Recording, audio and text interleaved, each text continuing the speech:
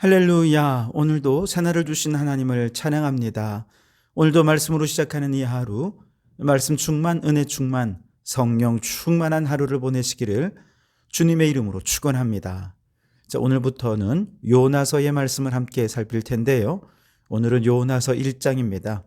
요나서의 내용은 너무 유명한 내용이기 때문에 오늘은 이야기 형식으로 오늘 말씀을 함께 좀 나누어 보고자 합니다. 하루는 하나님께서 선지자 요나에게 찾아와 말씀하시죠. 요나야, 너는 어서 저 큰 성읍 니느웨로 가서 당신들의 악독이 여호와 하나님 앞에까지 이르렀습니다 라고 외치라 라고 말씀하셨습니다.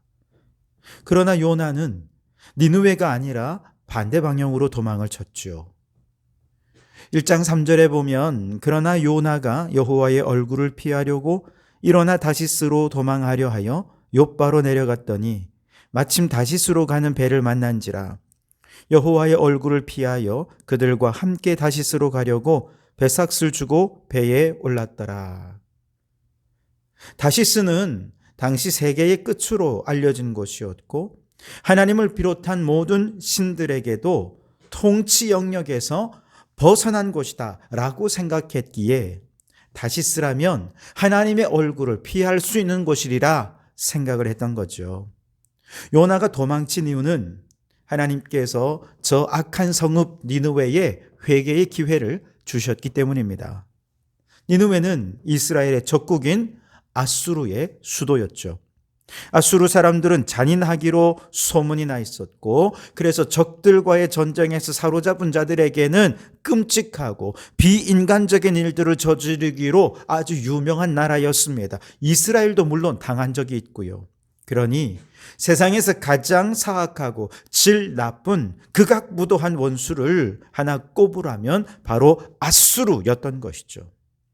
요나가 생각할 때 하나님께서 당장 아수르를 불로 심판하셔서 그 큰 제국이 멸망하는 것이 공의가 완성되는 길이라 그는 생각했어요. 그런데 오히려 하나님께서는 요나에게 아수르의 수도인 니느웨에 가서 그들의 죄가 하나님 앞에까지 이르렀다라고 하는 것을 알려주어서 회개하도록 하라는 것입니다. 요나는 만일 그가 니느웨에 가서 회개의 메시지를 전했을 때 저 잔인한 원수 국가인 니느웨 사람들이 회개한다면 자비로우신 하나님께서 반드시 그들을 용서하실 것 같아요. 그걸 너무 잘 알고 있는 요나는 그게 싫었던 거죠. 여호와의 얼굴을 피해 도망을 간 겁니다. 때때로 우리도 하나님의 얼굴을 피해 도망가고 싶을 때가 있습니다. 예를 들어 아무리 기도해도 기도 응답이 없을 때, 혹은 내가 원치 않은 상황이 전개될 때가 그렇죠. 하나님이 참 원망스럽습니다. 하나님께 대해 실망스러울 때 우리는 하나님 앞에 도망가고 싶습니다. 그리고 얼마든지 하나님께로부터 도망칠 수 있다고 생각하고 기도를 포기합니다. 어떤 분은 교회를 안 나옵니다. 혹은 교회 나와서 예배는 드리지만 하나님에게 특별히 기대하는 것 없이 그저 습관적으로 나와서 예배를 드릴 뿐인 경우도 있습니다. 그래서 만약 여러분이 일상적인 생활은 이전과 다를 바 없이 열심히 하지만 신앙생활에 있어서 그 어떤 기대도 어떤 소망도 없이 그저 형식적인 종교 생활에만 얽매여 있다면 지금 여러분은 열심히 하나님의 얼굴을 피해 도망치고 있는 중이라는 사실을 기억하시기 바랍니다. 그런데 요나가 다시스로 가려고 항구에 도착하니 마침 다시스행 배가 기다리고 있는 것입니다. 마치 계획한 일이 이루어지고 있기나 한 것처럼 일사천리로 일이 진행이 되는 거죠. 그러나 그는 지금 하나님으로부터 열심히 도망치고 있는 중입니다. 다시 말해 뜻한 대로 잘 된다고 모든 일이 형통하고 술술 풀린다고 해서 하나님이 그 길을 인정하는 것이냐? 그런 것은 아니라는 것이죠. 오히려 너무 잘 될 때, 아무도 내 삶의 브레이크를 잡아주는 사람이 없을 때 하나님께로부터 우리는 더 멀리 떨어질 수 있다는 사실을 기억하고 우리는 영적으로 스스로 브레이크를 잡을 수 있는 자가 되어야 할 줄 믿습니다. 자, 막상 배에 승선하고 항해가 시작되자 바다에서 큰 폭풍이 일어납니다.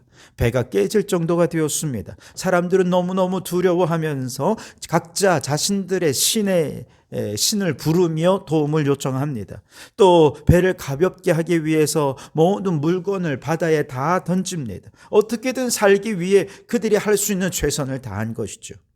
사실 배에 탄 사람들은 대부분이 무역상이었기 때문에 짐을 바다로 던진다는 얘기는 그만큼 금전적인 손해를 감수한다는 것을 의미하죠.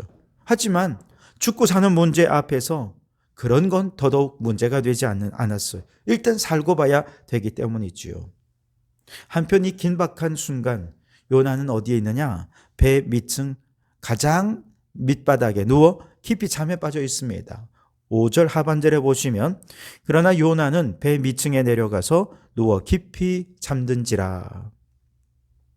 이것은 단순히 요나가 이 배에 어디에 위치하고 있느냐 그것을 말한다기보다 그의 영적 상태를 말하는 것입니다. 요나는 지금 가장 영적으로 밑바닥에서 영적인 잠이 든 상황이었다라고 하는 것을 말해주는 것입니다. 남들이 풍랑을 만나 살기 위해 그렇게 몸부림칠 때 사명을 피해 도망가는 요나는 일부러 잠에서 깨고 싶지 않을 만큼 이 풍랑 속에 함께 바다에 묻히고 싶은 그 정도의 영적 상황이었다라고 하는 것을 말해주고 있는 것이지요. 그러나 하나님께서 그렇게 잠든 요나를 가만 내버려 두시겠습니까? 아닙니다. 하나님께서 그 배에 선장을 보내셔서 요나를 깨웁니다.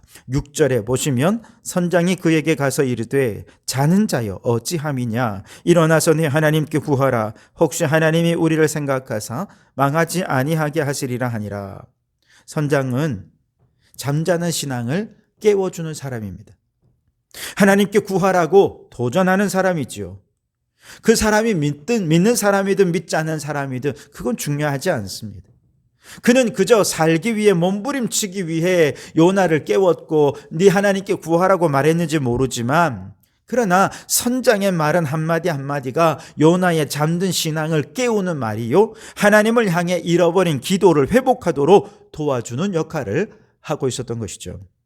여러분, 사명을 맡은 성도가 이렇게 깊은 영적 잠에 빠져 있을 때 하나님은 결코 우리를 가만 내버려 두지 않습니다. 풍랑을 준비하시고요. 잠에서 깨도록 사람을 보내십니다. 하나님 앞에 기도하지 않으면 기도해야 되는 상황을 만드시고 반드시 사람을 보내시거나 아니면 또 다른 상황을 만드셔서 기도의 자리에 앉게 하시는 것이죠. 그런 의미에서 풍랑이 은혜고 흔들어 깨우는 사람이 있다는 것도 은혜인 줄로 믿으시기 바랍니다. 여러분이 영적인 잠에서 깨어나 기도의 자리에 앉아 있다는 사실이 하나님이 여러분을 절대로 포기하지 않았다는 사실임을 증명하는 것입니다. 하나님은 여러분을 너무나 사랑하십니다. 여러분을 통해 계획한 일들을 반드시 이루고야 마실 것을 믿으시기 바랍니다.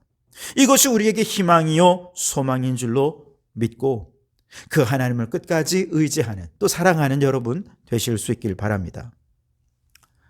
자, 만약에 선장이 와서 너 빨리 일어나 네 하나님께 기도 좀 해 라고 얘기할 때 이때 요나가 정신 차리고 하나님 앞에 기도했다면 어쩌면 물고기 뱃속까지 갈 것도 없었을 겁니다.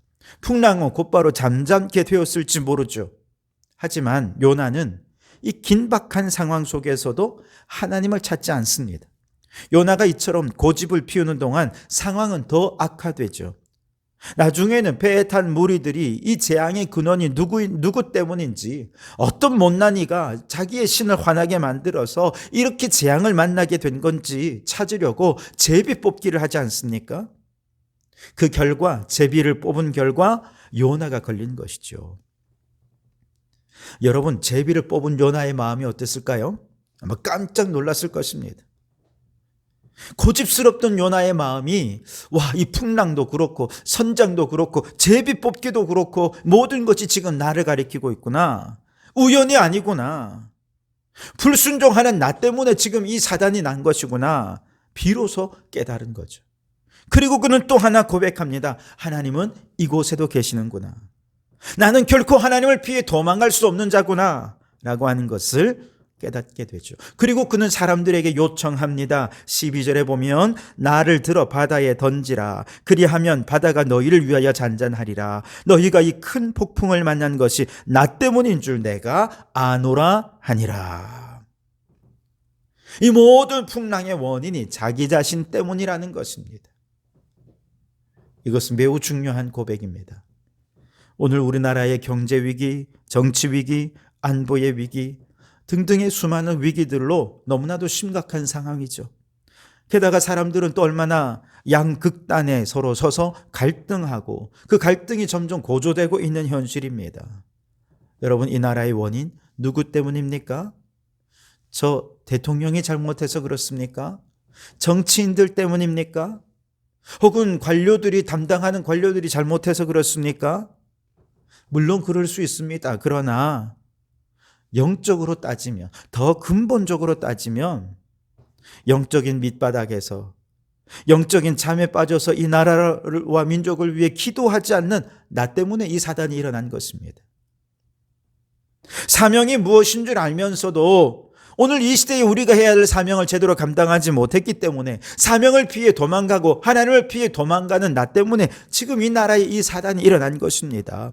여러분, 우리가 이렇게 고백할 수 있다면 우리는 이제 어떻게 해야 되겠습니까? 나를 바다에 던지라. 나를 바다에 던지라고 말할 수 있지 않겠습니까? 누구 탓을 하는 것이 아닙니다. 저 사람 탓이고 저 사람 탓이 아니고 나를 바다에 던지라는 것이죠. 내가 죽고 내가 희생해야, 내가 십자가를 져야 이 배 안에 모든 사람들이 안전할 수 있고 생명을 살릴 수가 있는 것이죠. 여러분, 이것이 하나님께서 죄인들을 구원하시는 방식인 것이죠. 온 세상이 죄에 빠져 영죽을 위기에 놓여져 있을 때 하나님께서는 결코 죄인들을 방관하지 않으시고 하나님 자신을 희생하셔서 모든 죄인을 구원하기 위해 육신을 입고 이 땅에 오셨습니다. 십자가를 지시며 물과 피를 다 쏟아 죽으시면서 자신을 희생하면서 모든 인류를 살리시는 구원의 계획을 실행하신 것이죠. 주님은 말씀하십니다. 누구든지 나를 위하여 제 목숨을 잃으면 구원을 얻을 것이다. 여러분, 이것이 십자가의 원리인 것입니다. 한 배를 탄 공동체를 살리기 위해 자신을 던지며 하나님께서 그 공동체를 살리신다는 것입니다. 하나님께서 온 인류를 살리시기 위해 자신을 십자가에 던져 인류를 구원하신 것처럼 오늘 우리를 먼저 예수 믿고 구원받고 하나님의 자녀가 되게 하신 이유도 바로 여기에 있습니다. 우리가 죽어야 한다는 것이죠. 우리가 죽어야 한다는 것입니다. 그래야 이 나라가 살 수 있어요. 오늘날 한국교회는 너무나도 목소리가 큽니다. 내 죄, 나의 잘못을 따지기 전에 우리는 먼저 우리의 주장을 너무 강하게 합니다. 저는 한국교회가 죽지 않으면 이 나라 살 수 없다 생각합니다. 이제는 한국교회가 목소리를 줄이고 죽어줘야 할 때입니다. 그래야 이 나라를 살릴 수 있는 줄 믿습니다. 오늘 사명을 피해 도망가는 성도들을 결코 내버려 두지 않으시고 풍랑을 예비하신 하나님의 은혜에 감사하는 이날이 되기를 바랍니다. 풍랑 속에서 잠든 영혼을 흔들어 깨우는 그 사람으로 인해 여러분 더 감사하시기 바랍니다. 내가 죽어 풍랑을 잠잠케 하며 사람들이 하나님을 두려워하고 하나님을 높여드릴 것에 기대하며 감사하실 수 있기를 바랍니다. 내가 죽어져도 다시 살리실 하나님을 찬양하는 거룩하고 복된 이날이 되기를 주님의 이름으로 축원합니다. 기도하겠습니다. 하나님, 사명을 버리고 여호와의 얼굴을 피해 도망가는 이 죄인을 용서하옵소서. 이 못난 죄인을 정죄하지 않으시고 다시 사명을 맡기시기 위해 풍랑을 준비하시고 사람을 보내시는 모든 것에 감사드립니다. 공동체의 위기 앞에서 십자가의 길을 걷게 하시고 다시 살리시는 하나님을 경험하는 살아있는 신앙의 사람이 되게 해 주시옵소서. 예수님 이름으로 기도하옵나이다. 아멘.